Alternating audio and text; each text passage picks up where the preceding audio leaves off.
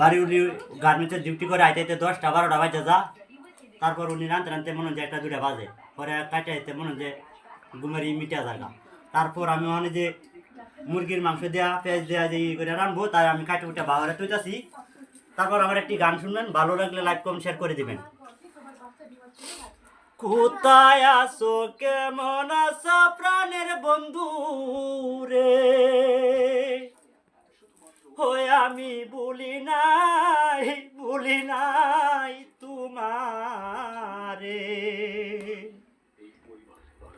কোথায় আছো, কেমন আছো প্রাণের বন্ধু রে, হয়ে আমি ভুলি নাই তোমারে। তুমি আমায় ভুলাই আছো,